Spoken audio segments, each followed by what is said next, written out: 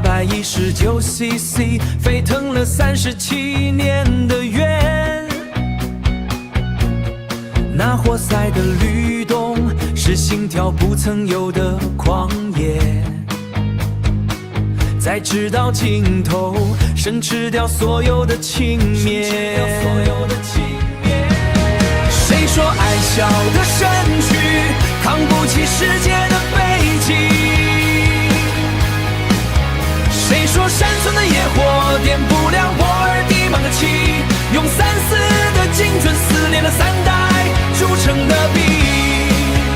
我是荒野的翅，絕不向黑夜俯首稱義，絕不向黑夜俯首稱義。心結啊，別再幫我繫那番茄，那份愛已經刻在活塞頂端。我們用20年，讓謊言都閉上眼。這場夢太扯了，卻是真的，淚水模糊了賽道，但心中的火永遠不會熄滅。張雪站起來，我們做到了。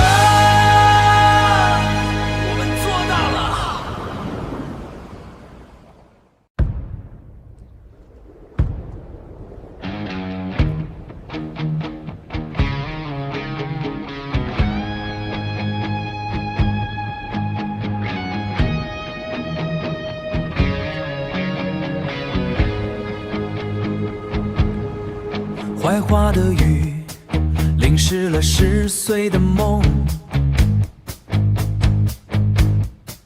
黑色的機油洗不去受傷的窮，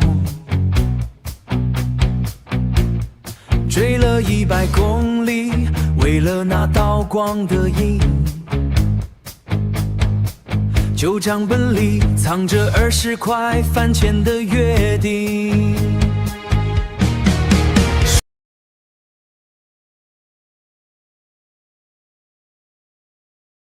好了，各位，今天的節目這麼開心的就開始啊！但是沒有想到，我們今天身為一個不騎機車的男人，今天竟然又要談張雪機車啊！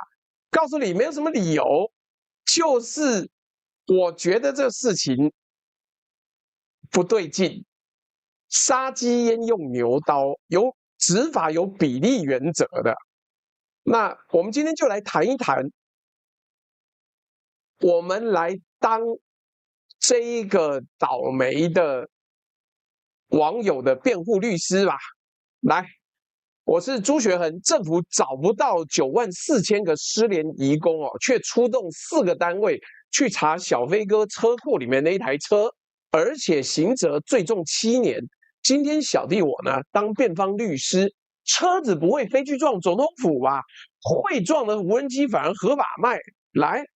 今天是2026年8月21日，這裡是萬事通事務所。今天要跟各位聊的是，檔機車啊，組一台車最重7年呢、啊，經濟部親手製造的大陸民族英雄。我們會講到張雪機車、小飛哥、820RR、懲治走私條例跟化整為零。各位同學準備好了嗎？我們開始嘍！冠軍鐵馬渡海來，化整為零巧手才，3步圍城擒一計，7年刑柄握誰懷？會飛無人機無罪，失聯9萬今安在？黨說不准軍莫阻啊，明日誰家車庫開？來。人帥真好說有一台來啊，我看網上有，是那一台網上有，他媽現在被扣在關稅署，被沒入了，懂不懂？要看新聞吶，認真好嗎？真是的，不然你以為我今天幹嘛做一集講？如果那個車還在小飛哥的車庫的話，我神經病哦！我介紹機車幹嘛？你以為我是機車頻道嗎？都不是，好不好？都不是。來。今天的萬事通事務所啦，要換一個招牌。今天我們不當分析師，我們當辯方律師，因為有一個台灣人需要有人替他講話。講話什麼呢？先講案情。2026年8月11號啊，經濟部會同財政部、關務署、交通部還有警政署3個部加1個署聯合查緝啊，當場扣押一台機車，一台哦，就一台而已。這台車叫做張雪機車 820RR， 而且還不是原裝的，是全部拆散了、打碎了再重新組起來的。車主的網名叫做小飛哥，本名是王茂盛。他為了這台車呢，專程飛去重慶的摩托車博覽會看實車，然後在廣州買下整車，拆解成零組件，分批海運回台灣，都有申請，都有報關，再花了1個半月90天哦，用自己的雙手一顆螺絲一顆螺絲的把它組回來。台灣第一輛 820RR 就這樣誕生在一個車迷的車庫裡面。任何正常的國家，任何一個有大腦的社會都會覺得說，哇，好厲害！我們社會有一個逆向工程師，可以把人家做出來的這個重車呢，原本拆開來再裝回去。誒，應該讓他成為一個研發工程師才對。那好，然後呢？哦，小飛哥沒有拿到獎賞，沒有拿到鼓勵，沒有拿到大家說哇，好棒，我們可以自制機車，就從學習逆向工程開始。沒有，政府來了，貼封條、拖車、扣押，理由是大陸制重型機車整車及引擎屬於不准輸入項目，你把整車拆散分批進來再組回去，叫做化整為零，規避管制。在聽直播的各位啊，你可能會說，朱大呀，法律就這樣規定的嗎？對呀，我怎麼會不知道？媽，全台灣直播主多少人坐過牢？其實比你想象中多。但小弟要站在另外一個角度，我今天不否認法律存在，辯方律師的工作不是否認法條嗎？是革命家才要否認法條。我只要問3個問題。第一個，這條法律當初為什麼存在？今天的執法符不符合它存在的理由？還有罰的符不符合比例？各位，今天就當法官，容我跟庭上說明今天所有的內容。來，這一集是續集，你各位可能不知道，5個月前我們做過一集直播，叫做張雪的夢想，講的是一個湖南山村的修車學徒怎麼用20年變成世界冠軍制造者。那一集我講過一句話，台灣師傅的手藝裝進中國少年的夢想引擎裡，因為 820RR 引擎的核心活塞是江門一家台商精密工厂做的，3絲的精度比日本大廠還要細。所以今天的開場呢，就是當年幫那一集做的張雪的專屬的歌，是我做的，所以沒有版權炮的問題。我們繼續往下看，結果那一顆裝着台灣手藝的引擎回到台灣，迎接他的是封條啊！你以為萬人空巷說哇好棒，我們台商之光？沒有封條。來，今天呢，我們有9章的內容，怎麼講呢？前2章先講被告是誰，他面對什麼刑罰，中間4章呢是本台的辯護主軸。立法目的、比例原則、時間軸，還有一檔用數學算給你看的牆。最後2章，我講一個最荒謬的結局：這場執法把張雪送上的兩岸對抗民族英雄的寶座啊！庭上，今天我的開場陳述先到這邊，後面我們慢慢的跟你陳述。來。各位在聽直播已經準備好留言說違法就是違法，各位不用急，檢方最強的觀點化整為零哦。控方律師要怎麼說？我都知道。槍支拆解的比喻啊，我第1章替他們講的比他們自己還清楚。身為一個辯護律師呢，我們就是要先把對方的刀磨利，然後再贏他，好嗎？來，今天的抖內目標呢是，如果今天內容講的有道理的話，大家就隨便打賞吧。我今天很躺平，很輕鬆，好不好？來，然後今天的投票呢，就是讓各位自己投。到底你覺得，我這個到底開了沒？幹沒開嗎？有，我意見調查開了，請各位自己投票啊！我一時間不知道那個投票按鈕跑到哪裡去了。好，來，我們一條一條跟各位講。來，各位，今天被告坐在他家裡面，我們沒有錢可以把他傳喚來，而且我傳喚來，他搞不好會被判更重，所以讓我們跟各位說，被告到底是誰？庭上，請你了解一下被告的背景。我們先認識被告，小飛哥不是走私集团，不是貿易商囤了一貨櫃的張雪機車準備賣，他是一個車迷啦，而且是那種我講白一點，瘋子等級的車迷。你想想看，這個工程量，一台150匹馬力等級的公升級跑車。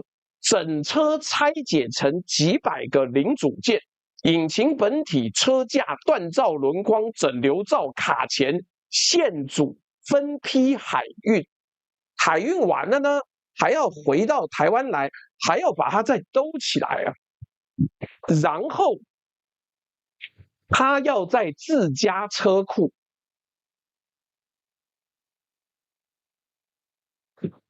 對照的結構，它還有混用其他廠牌的零件哦，自行加工改裝，花1個半月把它組為一台會動、能跑、可以上賽道的車。在聽直播啊，你各位，我是不会騎機車啦，媽，我大學一騎機車出車禍，差點住院。但你如果有騎機車換機油，要找車行的各位，你知道這是什麼等級的能力嗎？這不是照說明書拼鋼彈這個叫做 reverse engineering， 叫做逆向工程。把一個成品拆開，看懂每個零件為什麼在那裡，然後重新讓它活過來，甚至改得更好。而且我要提醒你一件事情哦，台灣戰後的製造業就是靠這種能力起家的。你把人家的東西拆開來，看懂，做出來，做更好。工具機是這樣，電子業是這樣。美國人把車庫當作文化資產，惠普的車庫、蘋果的車庫，加州政府立牌子說這個是文物紀念，要保護它，寫的矽谷誕生地。台灣呢？台灣把車庫當犯罪現場搜索，讚，非常棒，非常開心。那我再往深一層講。你以為逆向工程只是產業史的往事嗎？不是它現在就是國防議題。這幾年朝野天天喊國防自主，無人機國造，戰時維修量能。各位，戰時維修量能是什麼？就是裝備打壞了，沒有原廠，沒有料件手冊，沒有技師駐點的時候，有一群人有辦法把東西拆開，看懂，用替代零件讓它重新動起来。這種手平常長在哪裡？就長在小飛哥這種人身上啊！結果你現在威脅說要用走私相關的法律起訴他，他長在改裝車行、模型工作室、製造者空間裡面 ，self maker 的空間裡面，國家一邊喊需要這種能力，一邊派4個單位去扣押起訴這種能力的最佳示範作品。然後呢？然後你要年輕人相信黑手有前途，相信技職教育，相信公益立國，相信開戰的時候你的能力對國家是有貢獻的。鬼嘞！然後你看一看，對岸怎麼對待同一種人？張雪22歲就蒙着眼睛上央視拆解一顆發動機，全國把他當天才，注資扶植他，讓他開公司。小飛哥把一台車整車拆到分子等級啊，再讓他復活，結果是4個政府單位上門查扣，同一種人，同一雙手，2種命運。大陸的修車學徒變成民族英雄，台灣的 maker 變成被告。帥氣吧？好啦，我們這邊要展現辯方律師的專業，我先替檢方講話。我早就知道檢方會怎麼講了。來，車友圈裡面啊，包括了當初拍下小飛哥影片的創作者，有一個論點講得很誠實：如果法律禁止進口一把槍，你把槍拆成100個零件進來再組回去，那禁令就沒有意義。政府認定這是化整為零，這個邏輯是可以理解的。我不回避這個論點。辯方律師認行為可能是明知故犯，他知道整車不能進，他還是拆了、運了、組了。但是等等，我們真的是動機呀！小飛哥不是為了賣，不是為了牟利，車沒領牌沒上路，收藏加上封閉賽道用，動機純粹到什麼程度？純粹到他願意花1個半月的工時，只為了擁有一台他愛的車，人家跟他買他還不賣嘞。在任何一個正常國家，這是 YouTube 上面100萬觀看的 restoration 影片，你看過很多啊。老車修復、老車重新啟動，是 Maker 精神的教材。在台灣是地檢署的案件編號，開不開心？開不開心？本章我下一個判斷：一個國家怎麼對待自己的 maker， 決定了它20年後的產業高度。今天你把逆向工程當犯罪辦，20年後你就剩下一雙代工還會抖的手，沒有造物的腦啊！萬丈高樓平地起，所有的 maker都是未來的 entrepreneur， 都是未来的創業家。所以你不會覺得很荒謬嗎？我覺得很荒謬啊！謝謝抖音這邊的 IDF627 抖了一個玫瑰花。來，我先念念今天的抖內。來，這個 C909， 謝謝你這麼快抖內。壞掉的龍龍酒說，請支持酒井法子擋泥板，單人阿斗巴老朱密幹讚分享加群熱推購買商品，也請問老朱祝福打氣，謝謝。金盞花說，今天的主題真讚，我們認真的以情理法的角度來說明這件事情，不生氣不激動，我們講道理好嗎？你看你講不講得贏？如果講不贏的話，就不要說了，好不好？為什麼我今天要這樣講？原因很簡單啦，各位，你今天要討論的是什麼？是一件事情有沒有道理？不要給我只會搞濫情啊！說什麼幹？哎，媽的，你扣了我的這個赫資費啊！我他媽的沒有錢可以買月餅吶！哎，我必須要講，這什麼爛文章啊！操你媽！一個國家如果有弱勢團體，你不會直接給他錢哦？你的社福單位是垃圾嗎？社福單位在裝屎是不是？一個評論者寫他媽這種濫情的文章，有沒有讀書？我問你，惻隱之心4個字，你知道它出自於哪裡嗎？孩子啊，虧你自稱嘛什麼老媒體人，只有老啦，沒讀書啦。為什麼惻隱之心這4個字出自孟子？孟子說什麼？惻隱之心，人之端也。惻隱之心是起點，不是終點。你他媽一個國家一個評論員只做到起點，有沒有一點常識啊？孟子從惻隱之心出發，他要求君王做的是治民之產。要建立讓百姓不必依賴恩惠也能夠活下去的制度，2300年前的孟子都懂，但你不懂，你不懂可以回家去讀書嗎？寫這個什麼爛雞巴文啊！等下我不要太激動，小弟呢就是一時寄養，看到這種濫情的雞巴文，媽，我現在已經不受這種雞巴文的影響了。你寫啊！我就針對你的東西做邏輯分析。各位到我的臉書去點讚啊，這個臉書第2篇就是這一個文章，我還做了一個動畫嘞，裡面有很多驚喜可以給各位看，讓我把它變成置頂貼文。好，來原說看到這個題目先抖內入7094小小支持。TLTW 說校長的草包腦袋這一場免費給張雪做了場大廣告，看看台灣有多少未領牌的超跑，只要不在道路行駛就都沒事。他們還有停在路邊的嘞，我都不知道怎麼停到路邊去的，笑死我。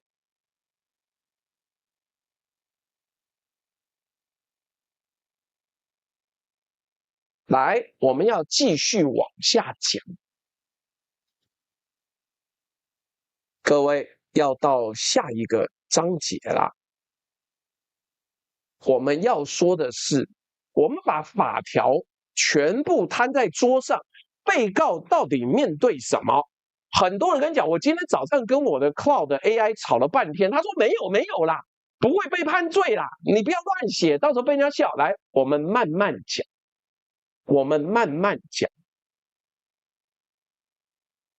第一層叫做行政處分。台灣地區與大陸地區人民關係條例第35條管的是不准輸入的項目，第86條第5項是罰則，違反的人可以停止輸入貨品2個月到1年，或者直接廢止出進口廠商登記。這是經濟部現在公開講的，主要是這一條。但是真的只有這一條嗎？第2層沒入海關緝私條例，車輛現在就是依這條扣押的，私運貨物可以罰貨價倍數的罰鍰，貨物沒入翻譯車大概是要不回來了。第3層交通法規。道路交通管理處罰條例第12條，未經審驗合格未領牌照行駛道路罰鍰，車輛沒入，這台車沒領牌沒上路，但曾經進過力寶賽車場，賽道是封閉場地，跟你家的停車場一樣。這一層目前是備而不用。但你怎麼知道黨什麼時候會拿出來用呢？好，第4層，在聽直播以為頂多罰錢了事的各位，黨的恩情深如海，高如天啊，不是你我可以預料的。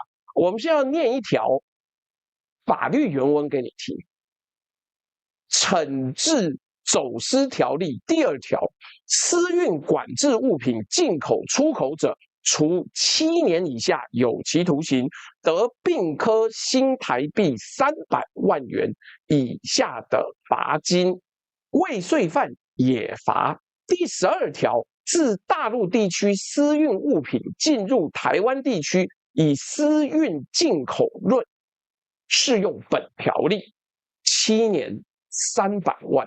而且注意條文的第2句，前項之未遂犯罰之啊。什麼意思？車還沒組完，零件還在海上，理論上都構得成未遂。這條法律的設計初衷是什麼？抓軍火啦，抓毒品啦，走私集團啦。結果現在他的準心對着一個車庫啊，開不開心？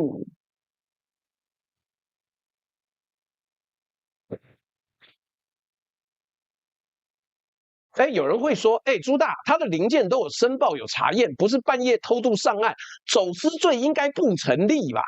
而且經濟部現在走的是行政易處路線啊。對，目前。但是各位，你我都很清楚啊，台灣的司法像月亮，初一十五不一樣。今天檢方認定你申報零件實為整車。化整為零就是規避管制，規避管制就是私運的一種形態。這個法律論證要不要成立，不是看法條，是看氣氛。氣氛對了，行政案就變刑案。這種劇本我們看太多次了，最近怎麼一直在報呢？經濟部還義正辭嚴的回應，在營造氣氛啊，小飛哥，黨在幫你往最重7年的那個法條走啊，開不開心？你一定不開心啊。在聽直播覺得我危言聳聽的各位啊，我問你一個問題就好：同一個行為，為什麼經濟部從頭到尾只講行政處分，卻又同時強調這是疑似走私案件？兩種說法並存哦，代表什麼？代表刑事這扇門沒有關吶，留着這扇門不關，本身就是一種訊息，對當事人是威責，對輿論是試水溫。水溫怎麼試，就看你我今天的反應。你我今天不幫小飛哥說話，他媽就會被最重的以儆效尤、殺雞儆猴來試。這也是為什麼本所今天要開這一集。輿論跟有智慧讀書的人，不把7年攤開來講，等起訴書出來就來不及了，是不是？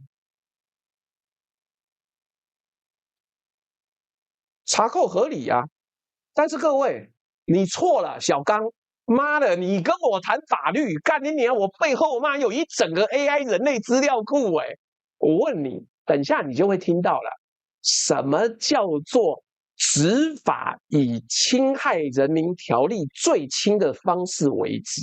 你不懂對不对？不懂他媽回去讀書來。我今天講，辯方律師今天的戰略很簡單，我把7年這個數字先攤在陽光下。為什麼？因為起訴一個車迷7年是要付政治代價的。今天全台灣都知道，想把這個7年懸在你頭上當你的達摩克利斯之劍，這個案子最重可以判你7年的。經濟部跟地檢署沒往刑事那一步走，就要回答一次：一台沒上路的收藏車值得動用對付軍火走私的刑度嗎？我們先把價目表貼出來，讓想加碼人自己掂量。順便講一個本所招牌的翻譯服務。經濟部說本案依法查辦，各位，當官方說依法查辦的時候，你要問的永遠是依哪條法？依初一的行政法，還是15的走私罪呀？依法2個字最可怕的地方就是法有好幾條，挑哪條看心情。這個案子真正的刑罰不是罰則本身，是不確定性，讓一個人民不知道自己面對的是罰單還是牢房，這個狀態本身就是最重的罰。來，我告訴你，我們先講立法目的論是什麼。他媽的，留言區有一堆什麼沒讀書，哎呀，沒有問題，查扣沒問題。來，我不跟你討論查扣怎麼樣，我問你，查扣是不是唯一方法？不是嘛？不是。什麼叫做法治社會？幹你娘！挑最嚴的東西做，我他媽也會啊。你走在路上丟一個垃圾，我把你刑拘15天，行不行？行吧。但是這是法治社會嗎？如果你沒有讀書，我建議你回去讀書。黨要關你，他媽有在聽你講道理嗎？笑死人！來，我們先講立法目的論。來，留言區說這個沒問題，沒問題的法嗎？我問你，你知不知道1992年《兩岸人民關係條例》的立法原意是什麼？大陸物品輸入管制的立法緣由，講白就2條：第一是國家安全，第二是保護國內產業。34年前這2條都有它的道理。34年之後呢？我們今天就拿這台被扣的820RR一條一條來檢驗嘛。先驗國家安全啊，一台174公斤的民用機車手工組裝，沒有武裝，沒有軍規原件，沒有領牌，停在車庫裡。請問它威脅了什麼國家安全？你告訴我，它會自己發動飛去撞總統府嗎？它會自己開去撞行政院院長嗎？它不會嘛，機車不會飛呀。但你知道什麼東西會飛嗎？大疆的無人機真的會飛，飛得又穩又遠又快，掛個垃圾不是問題。合法販售，光華商場就買得到。你知道什麼東西記錄你的位置、心率、睡眠走了幾步嗎？小米手環戴在幾百萬台灣人的手腕上，合法販售。你知道台灣的機車行、電動自行車、蝦皮、淘寶包裹裡面塞了多少中國製零組件嗎？滿街都是，合法流通。來，如果你手上戴的小米手環，你自己看看這個清單，會飛的合法，會定位追蹤的合法，滲進整條產業鏈的合法。全台灣被禁的中國產品裡面，這一台的罪名是什麼？跑得快，而且拍了影片被人家看到。就這樣，真的，這一台張雪機車，全台就這麼獨家一台啊！唯一的危險是在賽道上跑得比日本車快。有沒有覺得很好笑啊？有啊，但是你笑着笑着就想哭了啊。那我們緋紅神話那一集，基本以前才談過，還講過更誇張了，貼着 MIT 標籤的監視器，打開裡面是海康大華的板子，掛在你家巷口，對着你家門口拍，那個也還在拍。所以中國製品的國安風險排行榜，鏡頭在看你的，飛在天上的，貼身記錄你的，全部安然無恙。被拖走的是車庫裡一台不能動的機車，這個排行榜的排序邏輯，你用國安解釋不通啊！用新聞版面跟政治角度解釋，1秒就通，好不好？再驗第2條，產業保護，保護誰？台灣有廠商在做150匹馬力、3缸公升級的仿賽跑車嗎？沒有，沒有，一家都沒有，保護對象不存在。你告訴我他為什麼要這樣子保護呢？沒辦法哦。好了，那你說保護整體重機市場好了，請問杜卡迪合不合法進口？合法。BMW 的重車呢？合法。Kawasaki 的公升仿賽車呢？合法進口，歡迎選購。全世界的公升級跑車都能進台灣，只有一個產地不行。所以這條禁令保護台灣產業免於什麼？免於選擇，你沒有選擇。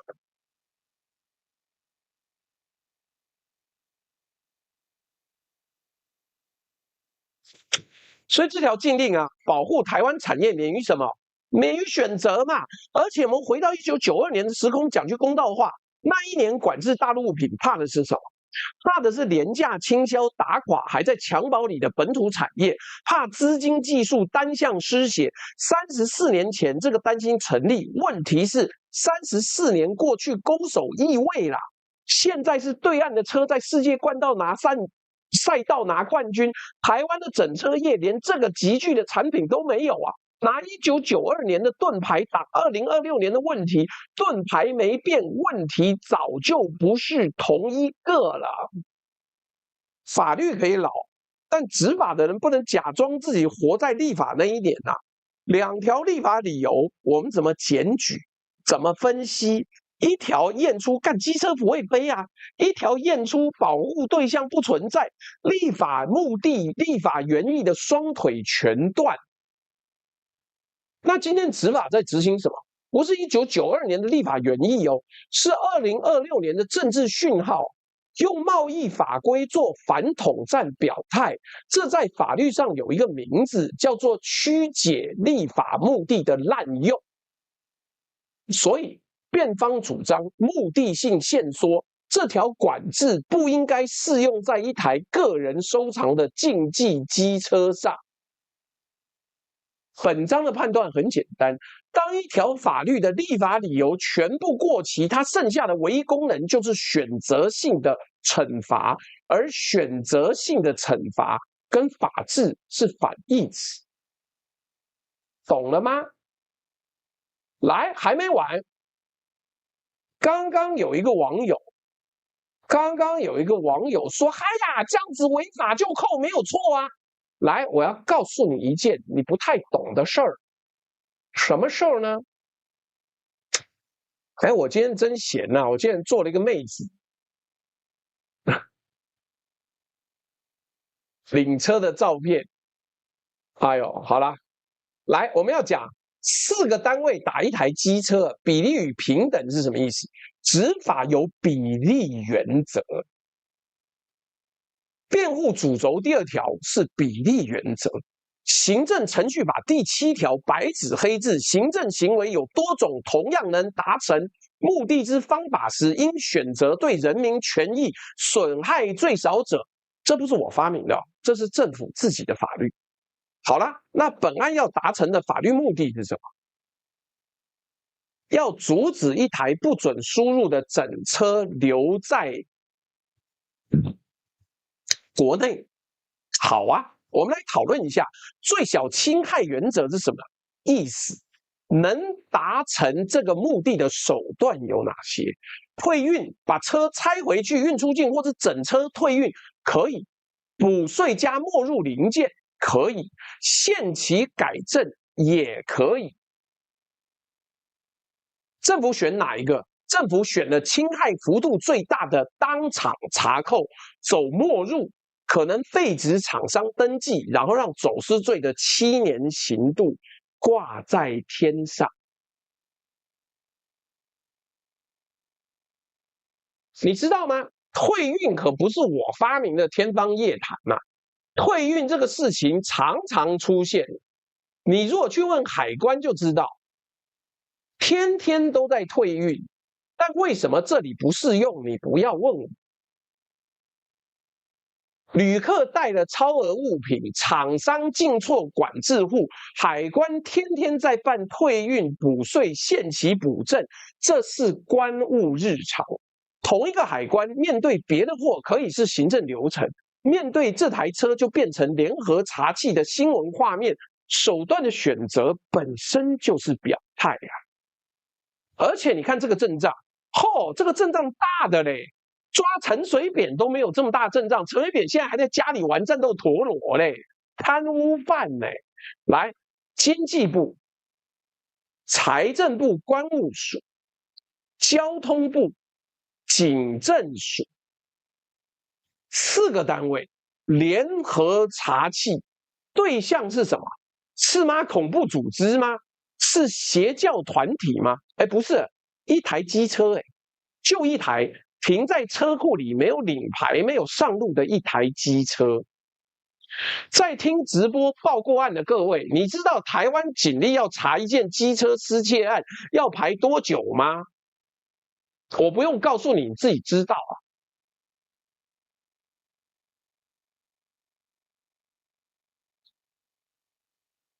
現在你知道了，查機車的警力跟人力資源不是沒有，是看對象。我給你一個對照組啊，截至今年1月底，全台灣失聯移工有多少人？94131人。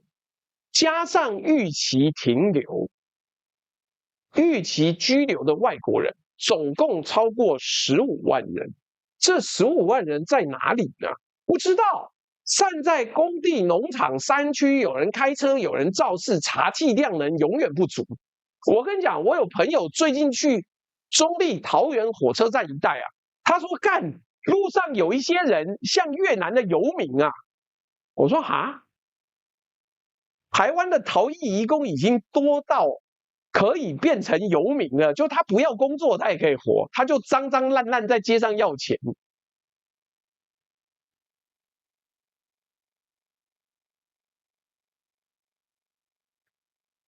還有人開車，還有人肇事，查緝量能永遠不足，抓不到人。94000個人找不到。在聽直播家裡請過看護，工廠缺過工的各位，這個數字你們比誰都有感，對不對？你找不到人，你看護逃了要等好久好久才能補上啊！什麼意思？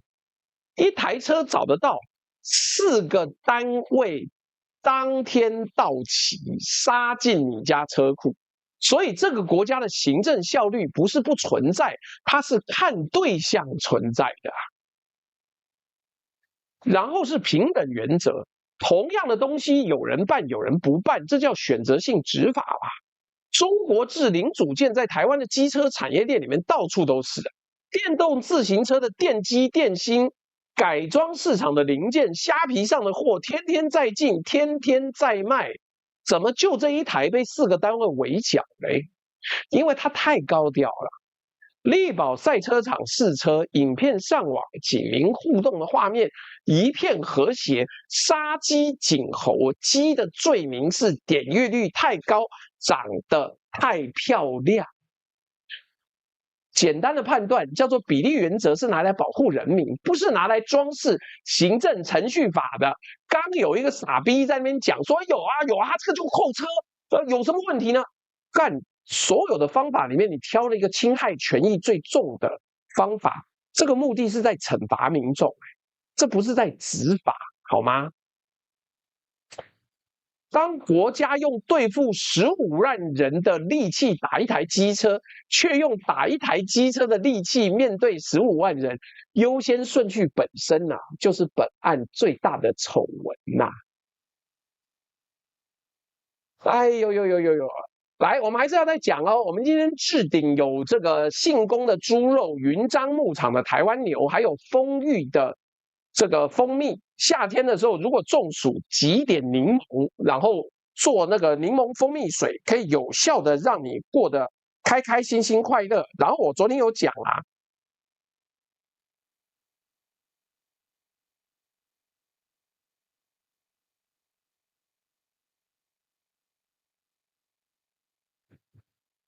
還有那個，如果你喜歡吃柳橙的話，現在比較好的柳橙在本台有在販售，就是澳洲的這個柳橙，很開心。來，但是尤其是你中秋訂貨會變慢哦，所以要趕快下訂，好不好？來，魯魯米說趕上了抖，麻煩大家按讚啊！這個777人，現在好像破1000了吧？現在有多少人？哦，900多人。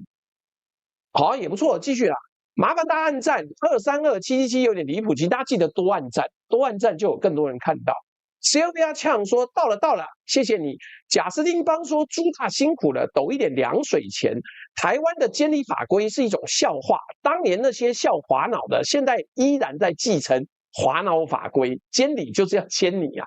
Mr. 阿卡塞說遲到抱歉，小抖的目標僅以這杯可蘭烏龍茶敬朱大跟各位網友。今天這個主題實在是很可笑，前有 MG 後有張選，當朝呢這麼擔心開放鯰魚進來屠殺小小島國上的企業，還是企業會擔心手上的蛋糕被分走一點？我告訴你最妙的，張雪機車的這個賽道，台灣沒有任何一家公司自產，開心吧？這到底在防護個鳥啊？來，畢竟擋人財路如同殺人父母，實在可笑。支持九哥使用阿薩布魯道具擔任阿斗巴豬大活動，請各位網友別吝嗇按讚，手機熱推，有餘力者煩請點選置頂連結，移駕至阿宅福利社選購精選商品，謝謝。魯魯米說不想要的通通怪拼裝，比如說核四也是拼裝。風興說抖一個荒謬至極民圈黨，咦，到了。魯魯米說：“機車黨不是應該愛機車嗎？他就不愛啊。”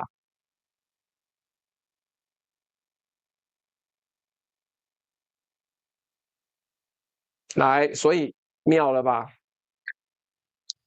我看看哦。好，這個有一個網友96%外來人口中的雜詞，因為他100多天前抖了很多。那個貼圖說我特別通知他，謝謝你又跑來了，我們還是很感謝。但最希望的還是你固定看，因為我們是很認真做直播，我不是要混錢混時間吶。謝謝96%外來人口中的雜詞，也謝謝蘇生態。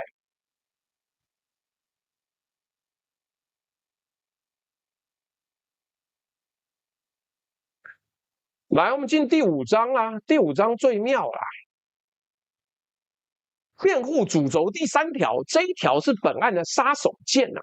很多人替這一次查扣辯護的理由是張學講了送到統一為止，統戰意圖這麼明顯，政府當然要辦。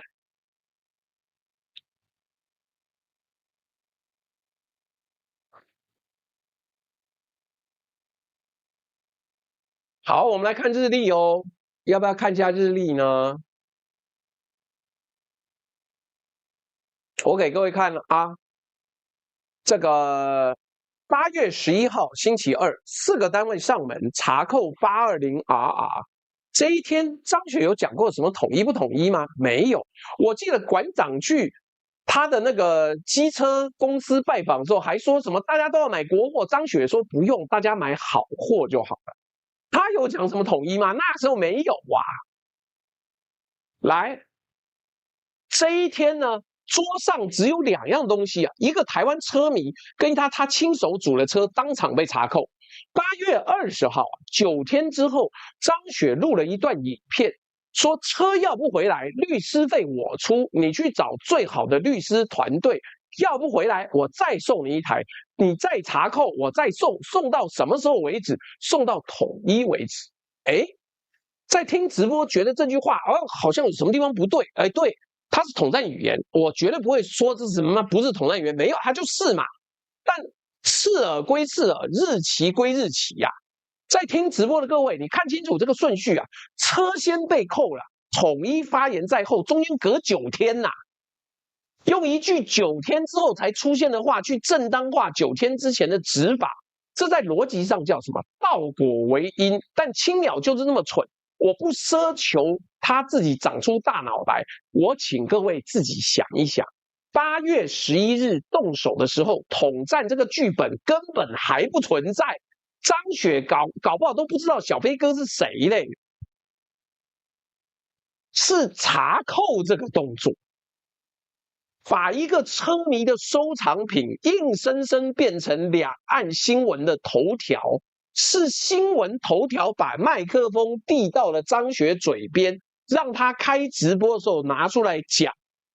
然後他才講出來這幾個字，所以我要問一個沒有人敢問的問題啊，是誰把一台機車變成統戰教材的？不是張雪哦，是經濟部自己呀。你把它變成張雪機車變統戰教材之後，張雪回你一個沙球，然後你就說怎麼可以資助走私啊？幹，是在怎麼樣？是在學什麼？你在開玩笑是不是？經濟部搞的沒有8月11號的封條，就沒有8月20號的送到統一為止。張雪神經病哦，一個他不認識的台灣網友，他說我要挺他到底，幹什麼？中華民國經濟部親手生產了你們宣稱要防堵的東西，這叫自我實現的預言。你怕什麼？你怕什麼？你的動作就制造什麼。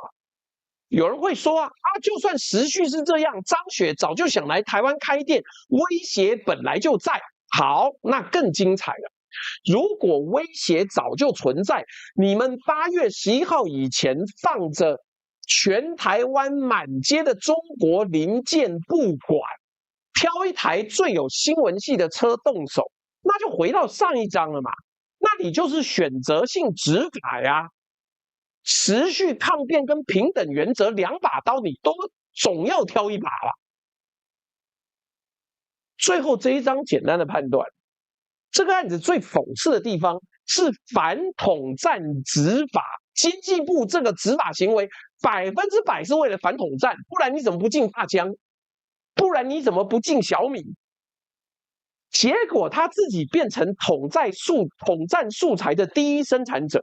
8月20號那段影片在對岸的播放量，每一次點擊制作人欄位都該掛上經濟部的名字，張雪都應該說謝謝你經濟部，中華民國經濟部。你看這樣蠢不蠢？這樣多蠢！你塑造了自己最害怕的敵人。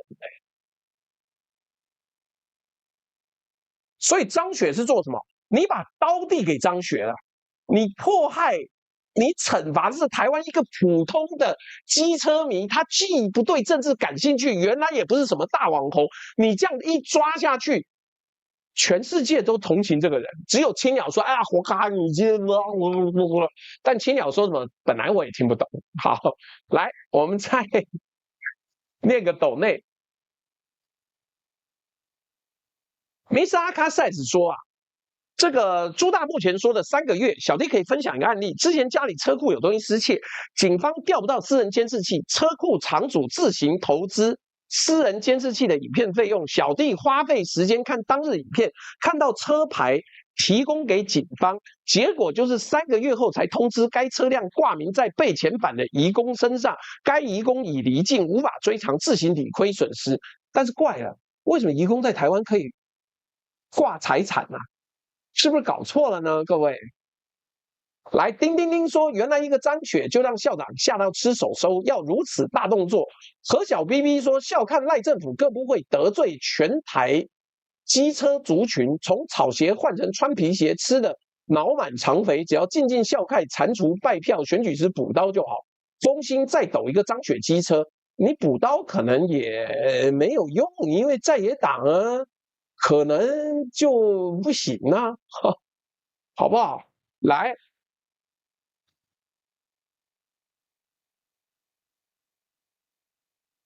金盞花說，我今天才看到張雪的樣子，哎。古斯達說，至少米婭在抖音是紅了，是不是那個買張雪機車那個網紅啊？我好像有看到。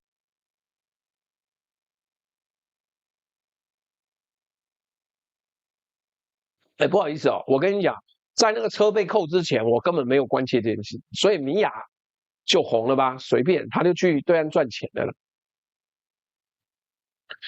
來，我們進到第6章了。第6章是什麼呢？我們跟你分析一下這台車，好不好？你今天如果要討論這件事情，我們就分析一下這台車嘛。別說笑說配合日本重機車業者保值，台灣製造被中國製造比下去，這個96%外來人口中的雜質，謝謝你辛苦了。然後白晝，哎呦，好久不見了，抖了一個小小玫瑰花。然後魯魯米128說，鴕鳥腦袋最大的也不過25公克而已，青鳥腦袋有250毫克嗎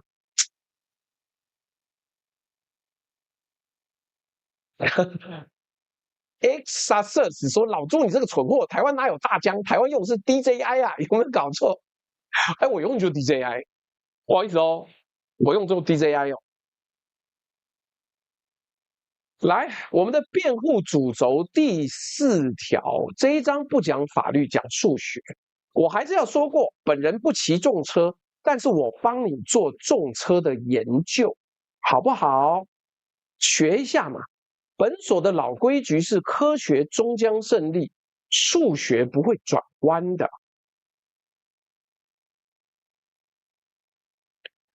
上一集我們講那個電動車有沒有？我們算過4輪的阻礙，讓民眾多花了很多錢在一樣的產品上面。47萬的海鷗，189萬的 Model Y。好，也有網友，你海鷗是小車，你應該拿漢級還是唐級啊？我有點忘了，但沒關係，差不多是這個意思。所以我們今天算2輪的。先介紹2位選手，1號選手。雅馬哈 YZF-R9， 台灣3葉引進，建議售價58萬8千元。但是注意啊，台灣版的規格 73.4 匹馬力，海外版多少？119匹。哎，我也不知道為什麼進台灣要進閹割版的，看有沒有重車專家可以告訴我，那個什麼軟掉的我已經硬起來了，可以講一下他騎重車啊，為什麼進來要砍馬力數啊？台灣版是 73.4 匹馬力，海外版是119匹啊。同一台車，美國賣12499美金，大概40萬新台幣，馬力齊全。台灣人要多付18萬6，少拿45匹馬力。先不比對岸，光跟美國比，台灣其實就先被打了一次折。付錢打折不打折，馬力先打62折。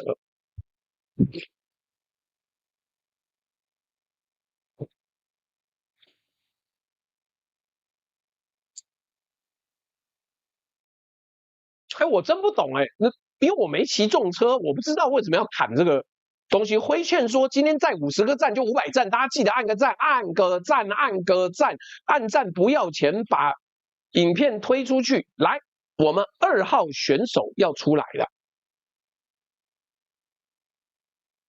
張雪機車 820RR 民用版，人民幣落地價格43800 800元，照近期匯率算，大約19萬台幣。馬力呢135匹，0到100加速2.81秒。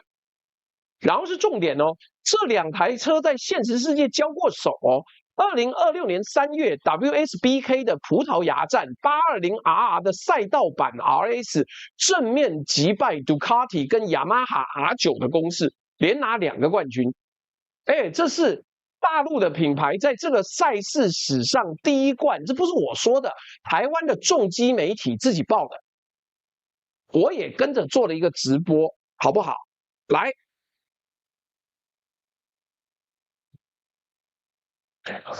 來，軟調的我已經硬起來，果然是重車專家。他說不是，那某個女的網紅在我們2輪車圈惡名昭彰，屬於是大陸說的撈女，到處蹭。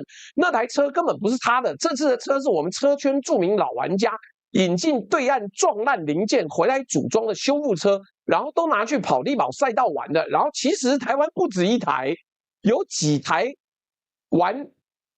完整進口是握在藏家手上，但就他的最嚴重，因為他沒有那麼多錢啊。好了，不管，但是為什麼砍馬力？是因為台灣的擁有全世界最嚴格的環保法規之一，驗車排氣有的非常難驗，廠商為了賣車只好砍馬力。像本田的 CBR 1000RR 跑車，當年200匹，總代理進來的直接變成85匹馬力哦。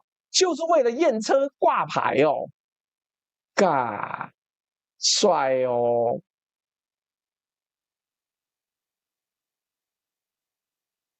現在好像6冠是不是？6冠還是7冠？搞不清楚，沒有追啦。但是因為我要講的就是對上這2台台灣的有進口的品牌，所以我沒有講最後。所以好，現在的局面是什麼？現在的局面哦。是賽道上的手下敗將，在台灣賣58.8萬，還被調降成73.4匹馬力，打敗這些車的冠軍平台賣19萬新台幣，而你連花錢買它的資格都沒有。來上數學課啊，每匹馬力多少錢 ？R9 台灣版。588000除以73.4匹馬力，每一匹馬力價值8011元。820RR 19萬新台幣除以135，一匹馬力1407元，5.7倍你每一匹馬力花的錢差5.7倍啊！在聽直播正在繳房貸的各位，台灣騎士的每一匹馬力比對岸貴5.7倍，抗中保台就要付出這麼大的代價呀！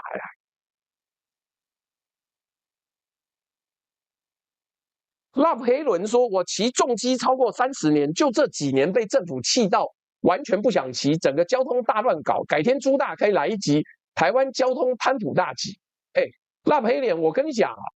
如果你負擔得起的話，就$200而已，我幫你特別做一集定做的，我還可以把你全家大小念出來感謝，因為本台現在 AI token 多到用不完，所以我除了寫這個小說那個小說，我有6個小說同時在寫之外，我還接受定制。還有網友說什麼，可不可以請朱大幫我分析私人事件，然後私底下出報告？我說有，我也有在接公司案，不管是併購，不管是股票上市，不管是公司的系統，我都有，所以歡迎來信同我聯絡。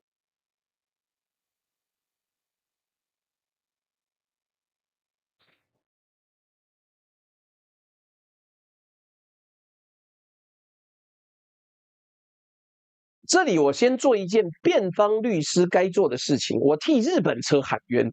R9 在台灣賣58.8萬，貴不貴？貴。但它的貴呢，數學上是有來源的。美國價40.2萬，套上台灣的稅制疊疊樂。為什麼我 AI 會用疊疊樂這個字啊？媽 Cloud 到底是被誰教壞的？疊疊樂呢？還關稅、貨物稅、營業稅一路加上去，大約1.4倍多，所以40.2萬在美國的價格乘上去，大概就落在58.8萬附近。所以 R9 的貴，大部分是台灣稅的錯，賬算得出來，發票開得出來，這才是重點。合法管道的貴有明細，被禁止的那台連貴的機會都沒有。日本車的貴是稅的錯，中國車的買不到是強的錯。兩件事情，兩個兇手，不要抓錯人啊。Too lazy to name。部落客分析很客觀，實事求是。第一次聽講比心，我也會比心哦。好，沒有，我跟你講，不是客觀，是這個東西在數學上跟法治上面非常不合理。他媽就像剛剛講的，台灣整車進來的，不管是合法非法管道，不止這一台車，你只抓拍片的這一台車，他媽就是壞人，好不好？規勸說這個疊疊樂不都你教的，我沒有教很多啊。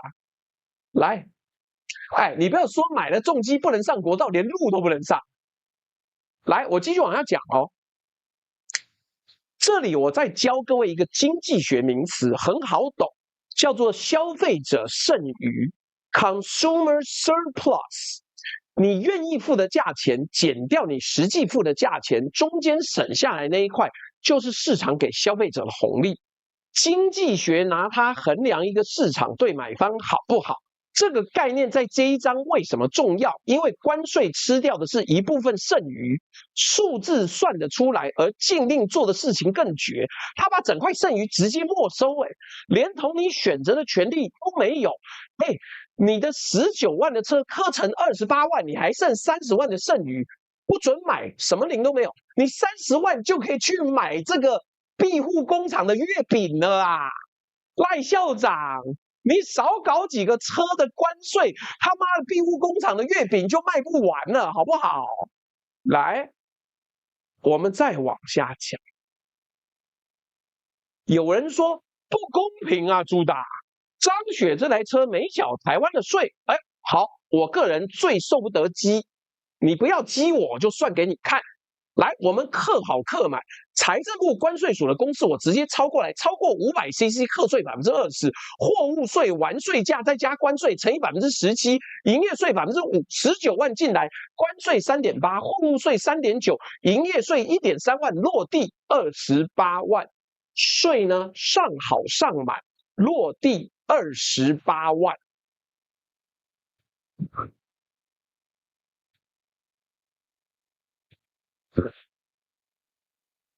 135匹馬力，還是比58.8萬的73.4匹馬力便宜30萬發呀！每匹馬力2074元，還是 R9 的1/4呀！所以那道牆的高度是什麼？不是稅啊，稅我們算過了，稅只是把19萬墊到28萬，從28萬到不准買之間那段距離才是牆。那段距離沒有稅單，沒有發票，沒有法源上的價格，它只有一個名字，叫做黨說不准，就這麼簡單，沒有錯。上一次我們講電動車的結論是，中國供應商用那個敵幣呀，延遲付款，他用命來付，台灣車主用錢來付賬。今天補上機車篇的下聯。台灣騎士連用錢付賬的資格都沒有，擋機車擋的不是統戰，是你的錢包被迫要替你愛國啊！來，我們講清楚一點啊，保護主義的賬單從來不會寄給決策者，他直接從消費者的口袋裡面扣款，而且不附明細。不是820R，不是 CC 的意思哦，你去讀一下，那跟競賽有關係。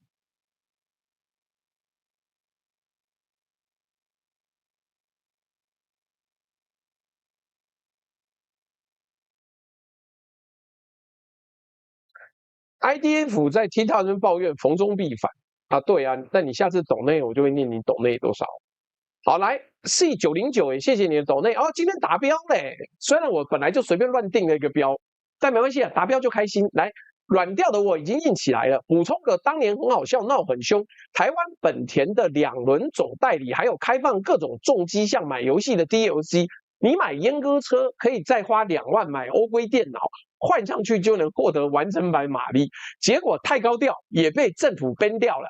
其他著名的案子還有川崎 ZR4RR 400cc 跑車，國外80匹馬力，進來台灣剩下39匹馬力。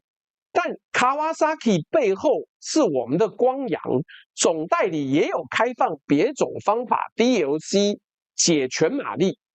然後為什麼說 820RR 台灣不止一台？因為當時有好幾個水貨商明確說不能掛牌，然後賣40幾萬，就等於賣有錢人的模型吶。還有一家在台北著名車行，小心你不要害這些車行連進口執照都被調走。魯魯米128說，都給被豬大教壞的 AI， 不要說我機車哦，我沒有說機車，我說我的 AI 怎麼搞的呢？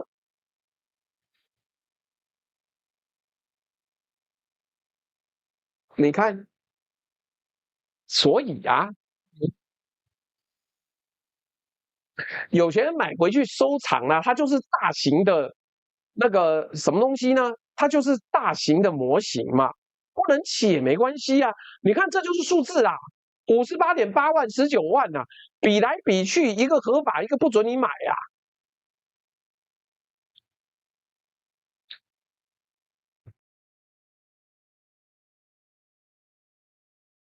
所以不是很妙嗎？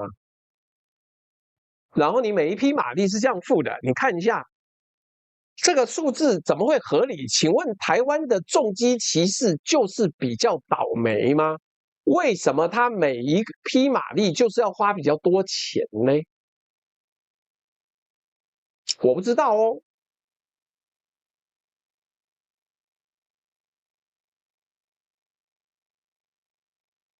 哎，來，還有我們置頂，還有我们今天投票的那個選項，不知道跑哪裡去了，所以我也搞不清楚。那有，我找到了。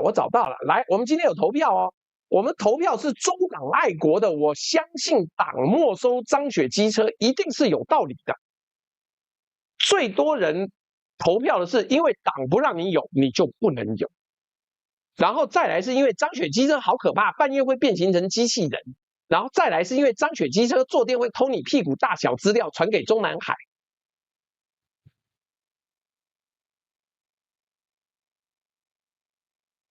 然後我們置頂的這個連結啊，包含了我之前每次都推富泰科的這個行動電源是真的好東西，我還捨不得拆嘞，之後再出差要再用。然後有各種各樣的好東西，還有那個信工，接下來我們要賣一個很特別的那個酥條，獨家販售，然後給大家可以拿來好好的買，保證好吃，保證好吃。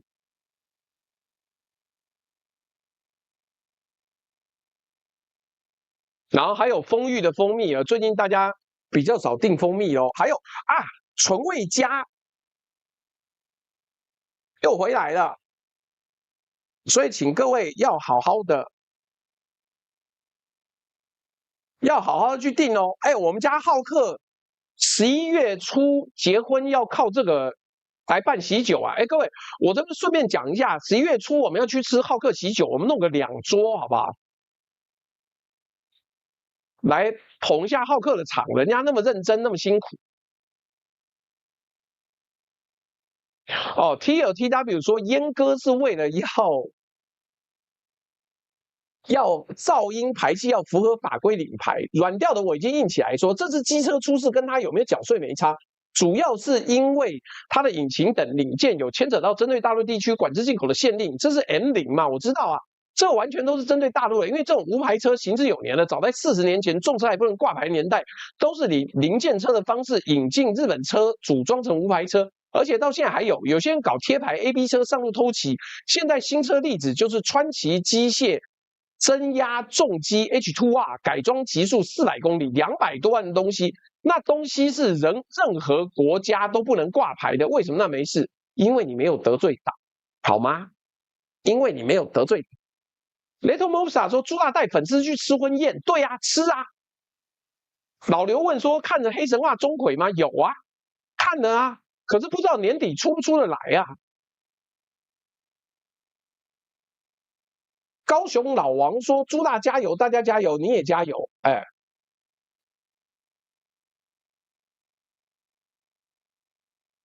乙說這不能透過行政訴訟要回來嗎？台灣這邊不能行政訴訟，台灣這邊可以行政訴訟啊，但是你行政訴訟，他就說你走私，走私最重7年，看你是要忍氣吞聲閉嘴，還是跟他打一個你死我活。各位，我很懂，與政府為敵呢，不會有好下場的，因為政府怎麼都贏，政府就跟莊家一樣，莊家永遠贏，好嗎？請各位認真思考，你以為你跟政府打有好下場？沒有，沒有，沒有，就這樣子。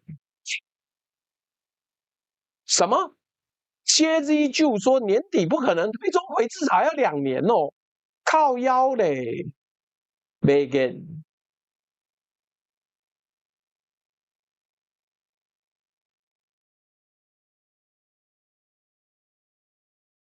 Mr. 阿卡塞说浩克婚宴報名，好了，弄個2桌應該沒問題啊。讓至少各位記得要帶紅包好嗎？他媽，我當年辦在台大體育館的婚宴，有人給我包那個聖博店的折價券，幹是不是人吶？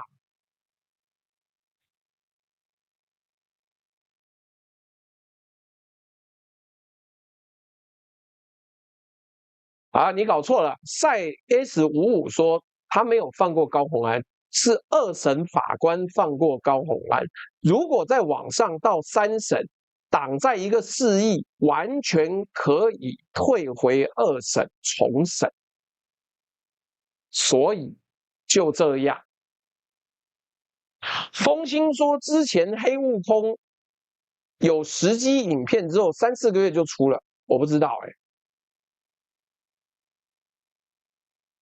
軟調我已經印起來，還有關聖帝君跋杯的藝人阮經天的本田 RC 213D 600萬的 GB 廠車，他也是用本田 CBR 1000RR AB 車牌掛牌在路跑，很常出沒在北宜公路追焦照，他也是我們車圈的一大藏家。RC 213V 是世界只有6台的本田頂級賽事 MotoGP 廠車，很帥。台灣就有2台，另一台在台南本田總代理當展車，但八炯不敢啊！你問八炯趕快去檢舉他，八炯不敢，好不好？八炯不敢。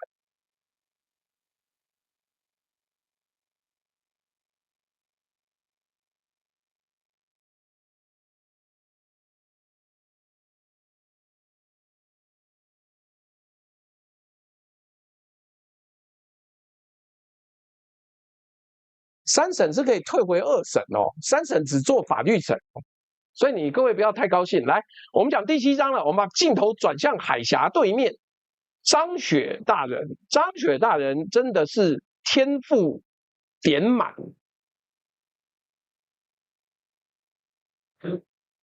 這一章分2段，第1章我要誇獎張雪，第2段我要警告張雪要小心，都是真心的。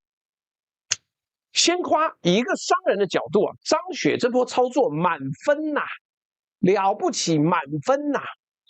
第一個免費廣告，而且是花錢買不到的那種。一個品牌要在台灣打知名度，正常要砸多少行銷預算？張雪1毛錢沒花，經濟部帶的3個單位替他開了記者會，查扣新聞一出，全台灣的機車論壇、新聞台政論節目同時在講張雪機車4個字。這集直播也算，本台也算，但我沒有拿錢，希望張雪先生打錢到這裡，好不好？謝謝你。好，來。我們現在也在替他打廣告啊，但是我們1毛錢沒拿，這就是這場執法最魔幻的地方。罵他也是曝光，替他講話也是曝光，他擋着全拿。第二個品牌故事，行銷學上最貴的資產叫什麼？叫敘事啊 ，context storytelling。張雪本來的敘事已經很強了，修車學徒20年變世界冠軍，現在台灣政府免費幫他加了一張冠軍車太強，強到有人用國家機器打，台灣害怕不敢進口，好到被禁止。這5個字呢，是任何廣告公司寫不出來的文案。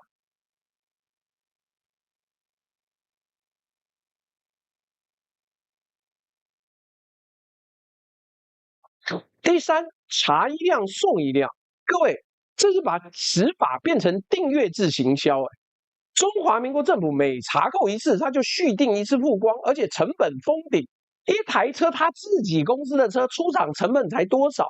用一台車的成本買一輪全台灣的頭條，這個投報率台灣哪個廣告主看得不流淚？你可以寄到民進黨中央黨部去啊，不要再寄給小飛哥了，很慘，好不好？謝謝德意。你說送我一台機車，就要敢收嗎？我只問一個問題，你敢送嗎？你不要在那邊空口說白話，媽幹，我知道啦。Little Moxa， 你連媽一個方向盤都送不起，好不好？謝謝德意，抖了一個這個刨冰。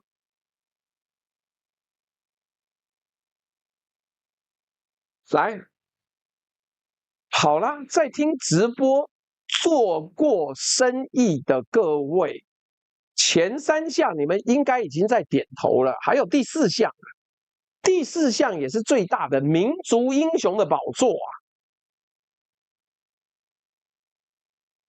你站在對岸14億人的視角看這個故事，一個苗族山村出身、初中輟學的修車學徒，做出打敗歐日的冠軍車，然後台灣政府動用4個單位去查扣他的車。他霸氣回應，送到統一為止。這個劇本中宣部自己來寫都寫不了這麼順啊！台灣黨衛軍平白送上一個機會，讓他從創業家升格為對抗整個體制的英雄，還是幫一個跟他一樣的機車愛好者出頭的英雄啊！在聽直播的各位，你把這句話記下來。當你在塑造統戰共匪的時候，你創造出了一個新的民族英雄，何其愚蠢！媽，邱義仁是沒在管，是不是？叫你手下人不要這麼蠢，自己媽替對方草船借箭啊！來，這邊講完了，這邊講完了，換辯方律師寫一封信給張雪。內行人提醒的，免費的。那為什麼免費呢？因為這事兒不好說。為什麼不好說呢？因為啊，張總，你的豪氣呢，台灣這邊收到了，但你有沒有想過一件事？你的子彈呢，一發都打不到你自己啊！你人在重慶，台灣的法律碰不到你，你每一發子彈都落在你想幫的小飛哥身上。你說再送一台車好，車送到了，收件人是誰？是一個台灣人啊！他一收貨，當場成為下一個違法進口大陸管制物品的行為人。你每送一台，就替一個台灣車迷現場制造一條案底。你的禮物是用別人的法律風險包的，說說就好，不要真送，不要真送。你說律師費你出更危險，幹，不是我在開玩笑啊！我們今天免費幫這一個小飛哥辯護，但如果是你幫他辯護，你出律師費就剉賽啦。台灣有一部反滲透法，構成要件講的是受滲透來源之指示，委託或資助去做特定政治行為。嚴格講，資助打官司未必該當，法律上真要成立有距離。但是我跟你講一句，這個島上的生存智慧，法律上未必構成，政治上一定夠用哦。你可以無罪，我他媽可以扣押你3個月啦，3個月扣完再押3個月，押你6個月。在這種天氣，你問問看蔡博士就知道了。再怎麼堅強的人，在一個30度甚至房間裡面會熱到40度的地方，沒有冷氣哦，最多只有電風扇哦。你覺得開不開心？滲不滲透呢？但我要跟張雪分享一下我們在台灣的生存智慧。法律上未必構成，政治上一定夠用啊！綠營的側翼根本不需要構成要件，它只需要標題“收受中資資助”8個字一掛，那個車主後半輩子的每一次求職、每一次貸款、每一次拍片，都要跟這8個字打仗。看看那個記者馬德，現在人在哪？還沒出來嘞。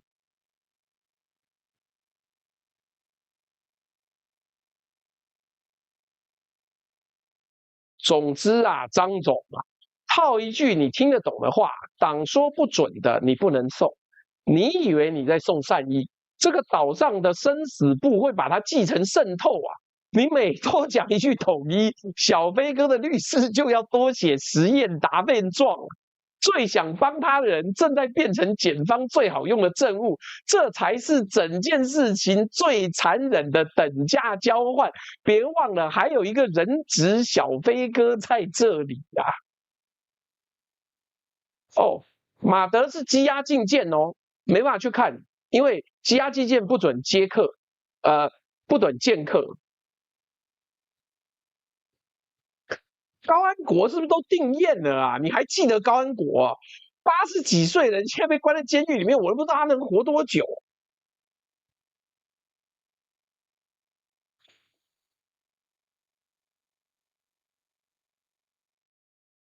我也在裡面吃過年夜飯啊，有什麼了不起？還有加一根香腸欸。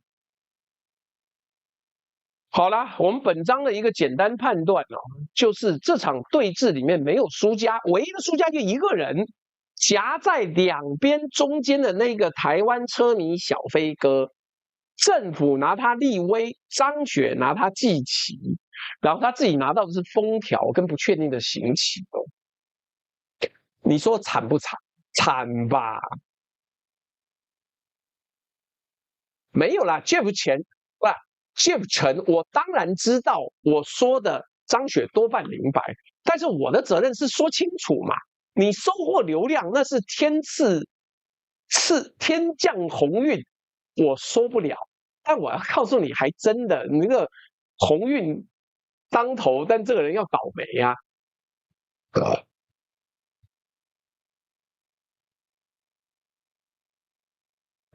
啊，高安國還沒進去哦。高安國已經被羈押了，不是嗎？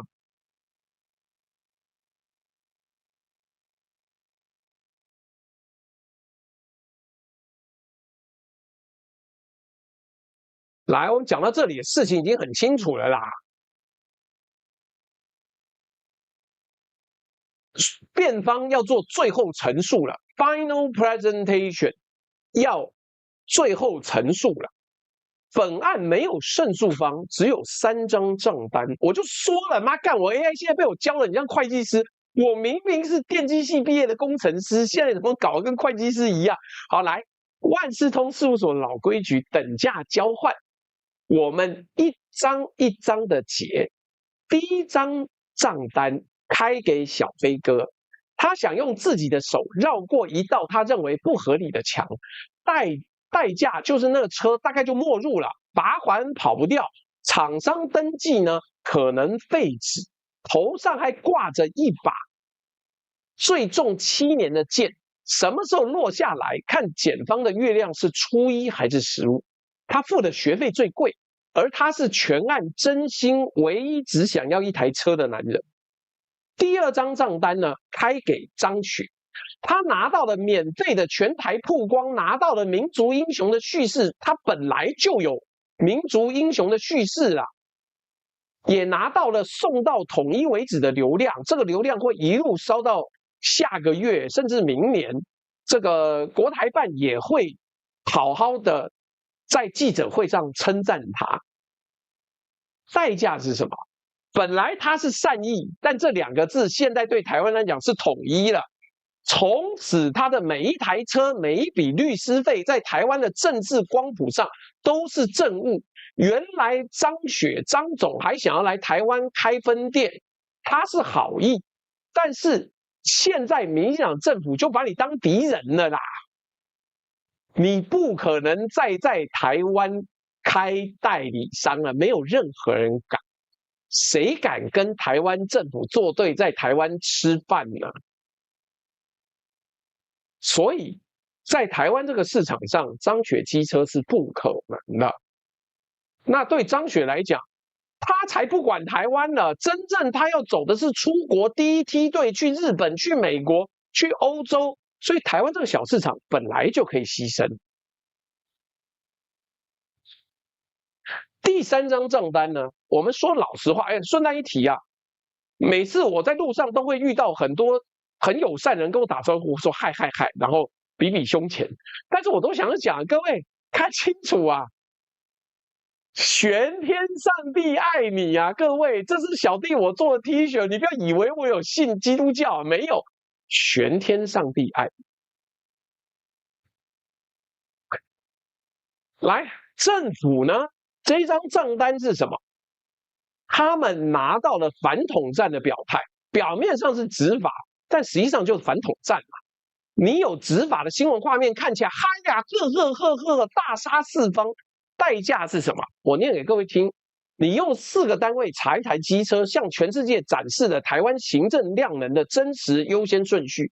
他們用一次查扣替對岸生產了一個民族英雄跟一部統戰教材，他們用化整為零的法律論證，告訴每一個台灣的 maker， 你的手藝在這個島上是最閒，而這一切的名目叫做政府保護你。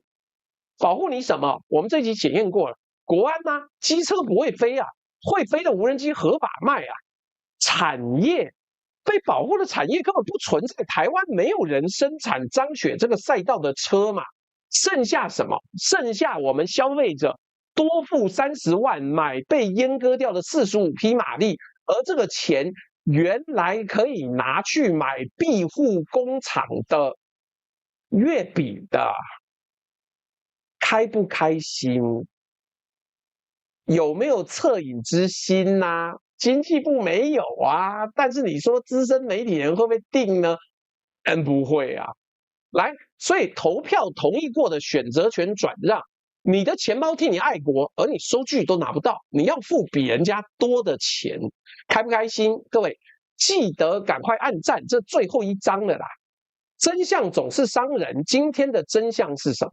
是測試一個國家自不自由，從來不是看你能不能夠罵總統。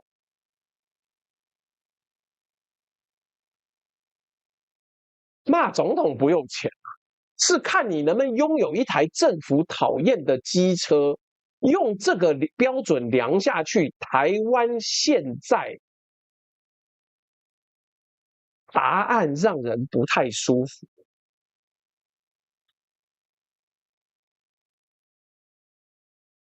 科學終將勝利，因為賽道上的計時器不看護照。3.685秒就是3.685秒，135匹馬力就是135匹馬力，19萬就是19萬啊！你可以用封條扣住一台車，你扣不住碼表上的數字。禁令擋得住海關，擋不住物理。至於等價交換，3張賬單就結清了，只有一個科目啊，兩岸的賬本上從此都記零。民進黨很成功的，他的目的就是要消弭兩岸的善意啊。一邊用查扣把善意定性為滲透，一邊用統一把善意標價成籌碼，然後雙方都說自己贏了，耶！最後本所的結論，不給假希望，但給幾率。這個案子接下來怎麼走？我給你3種情境。最好的輿論是呢？最好的情況是輿論壓力發酵，全案停在行政裁罰上面，退運或沒入結案，罰鍰從輕，不移送刑事，代價是小飛哥的車跟錢都回不來，但人是自由的。這條路的窗口就在未來1到2個月啊，取決於今晚開始的輿論夠不夠大聲。如果青鳥一直說要關要關要關，很抱歉，台灣不看法治，看人治，民主自由。seriously。來，最壞的狀況是地檢署接手，用化整為零等同私運的論證，以懲治走私條例起訴。一旦起訴，不管最後判多輕，一個台灣車迷為了一台收藏車杯刑事前科，而對岸會拿到統戰教材的完整加強版。最可能的情況是什麼？依台灣行政機關的慣性是沒入定案，行政處罰照發，刑事隱而不發，案子拖着，讓那把7年的劍一直掛着，不痛快的罰你，也不痛快的放你，這是官僚體系最省力的選項，所以它幾率最高。而這3條路裡面沒有任何一條車會回到小飛哥的車庫，這就是今晚最誠實的結論啊。車庫裡面不會再有車了，而這3條路裡面沒有任何一條對小飛哥是有好處的。所以最後我要留一個問題問你，定場詩的最後一句是這樣寫的：黨說不准君莫阻，明日誰家車庫開？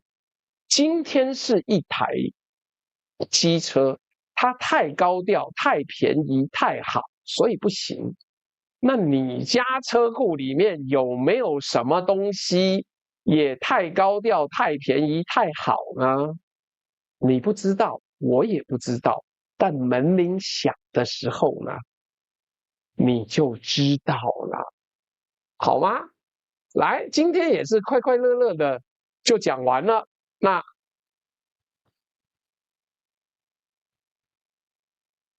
各位，這是我們本集的這個狗皮膏藥，有綠界，有支付寶，有微信支付，有 PayPal， 還有各式的連結都在這裡。所以如果你要進我們的 LINE 的話，在這個各式連結，你 QR code 掃一下就可以去，好不好？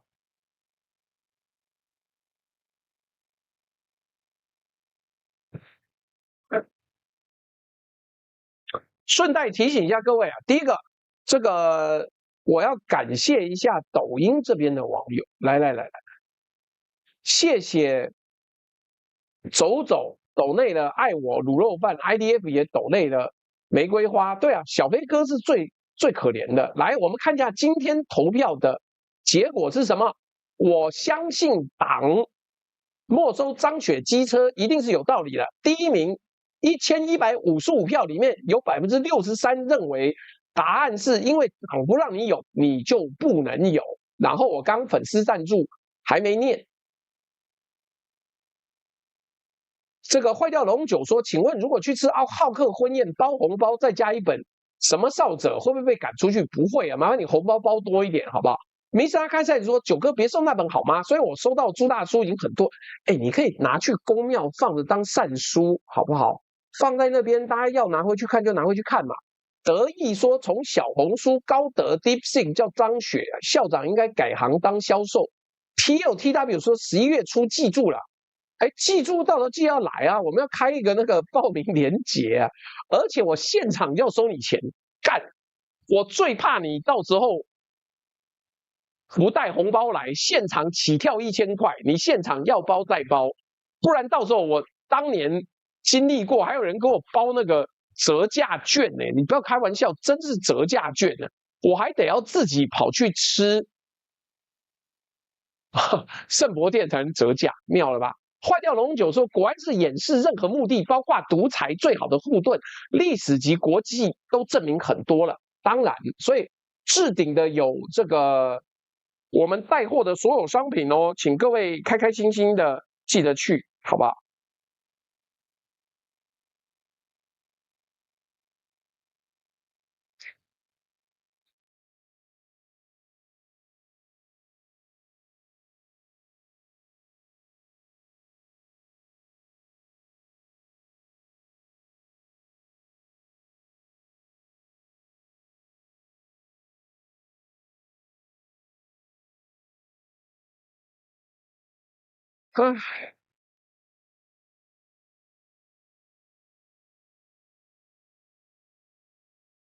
所以你看，荒不荒謬？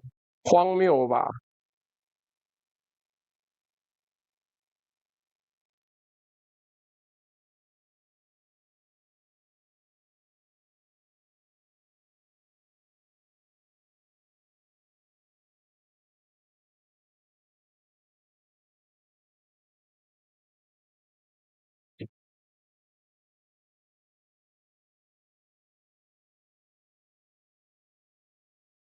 人家揪吃流血也要1680，我的意思說，先收你1000塊，現場你再包個1680嘛，剛剛好，好不好？哦 ，MG 我做過哦，没有比較爛，好不好？所以不用再多說啊。幹，我最後要看一下，我們一邊投票。一邊要看一下，還有我今天那個播的那個歌是張雪之歌哦，不用擔心有什麼版權問題。這個，哎幹，等一下，有網友抖內說好奇台灣的路上的車什麼情，說都是多少匹馬力？沒有啊，50、100、75都有。然後有一位廈門的粉絲什麼虎，謝謝你的抖內，他比較少來，上一次是幾個月前了。然後還有網友說什麼這個，等一下，一時間摟他就摟不到。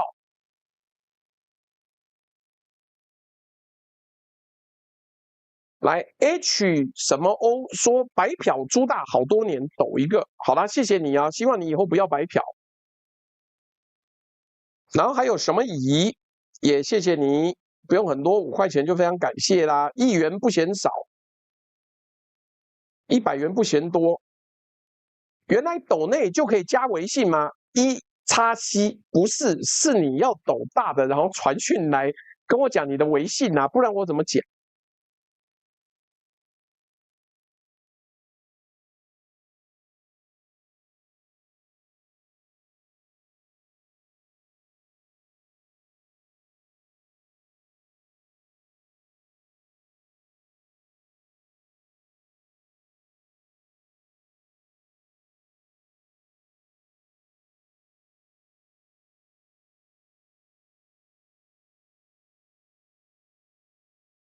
？6680夠嗎？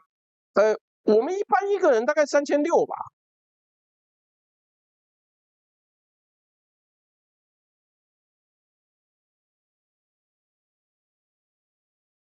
我看一下這個什麼什麼話，謝謝你的抖內。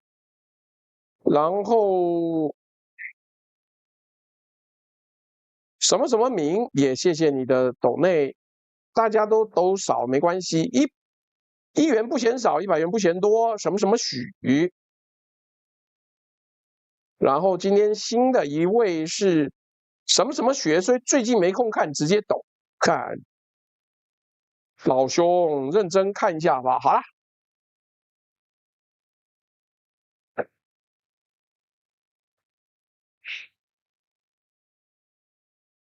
敵人還沒有騰說發財的機會來了，朱大訂一台張雪820，運到台灣組裝，沒收一台又會再送一台，到統一為止，少說能賺個10幾輛張雪820，走私最高7年，請大家不要再搞了，好嗎？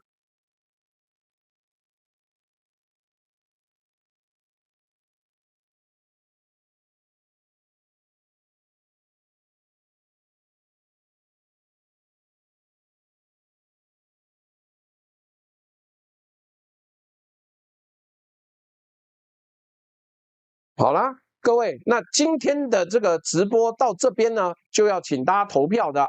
等一下就順便放一下張雪的這個專門替他做的主題曲。來，今天的內容呢，如果各位覺得腳本好，講的也好，請投1；如果你覺得腳本好，講的不好，請投2；如果你覺得腳本跟講的都不好，請投3，好吧，讓大家可以好好的投資。叔叔資你滿臉，現在3600很少了。哎，我現在走到哪吃婚宴，每一家都是一桌8000，一整桌8000跟一個人3600，數字上有差啦。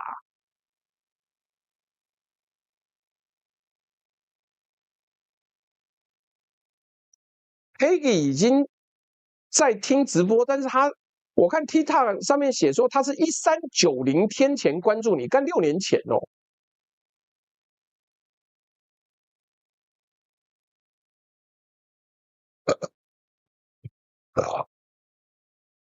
不要再叫我違法亂紀啊！媽的，7年以下最重判7年哦。我現在奉公守法。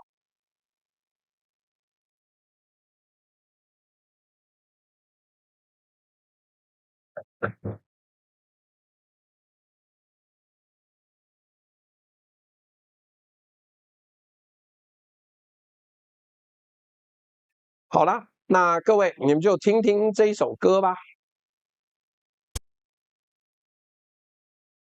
不起世界的背景，但有点大声。哦，没想到当年还可以做2分鐘哦。好了，各位，拜拜拜拜拜拜。我是荒野的痴，绝不向黑夜俯首称义，绝不向黑夜俯首称义。江门的火花映出台灣師傅的眼，819cc 沸騰了37年的願，那活塞的律動是心跳不曾有的狂野，在直到盡頭生吃掉所有的輕蔑。誰說矮小的身軀扛不起世界的背景？誰說山村的野火點不亮波爾的滿的旗？用3-4的精準撕裂了3代鑄成的壁。我是荒野的痴，絕不向黑夜俯首稱義，絕不向黑夜俯首稱義。心結啊，別再幫我繫那番茄，那份愛已經刻在活塞頂端。我們用20年，讓謊言都閉上眼。這場夢太扯了，卻是真的，淚水模糊了賽道，但心中的火永遠不會熄滅。張雪站起來，我們做到了。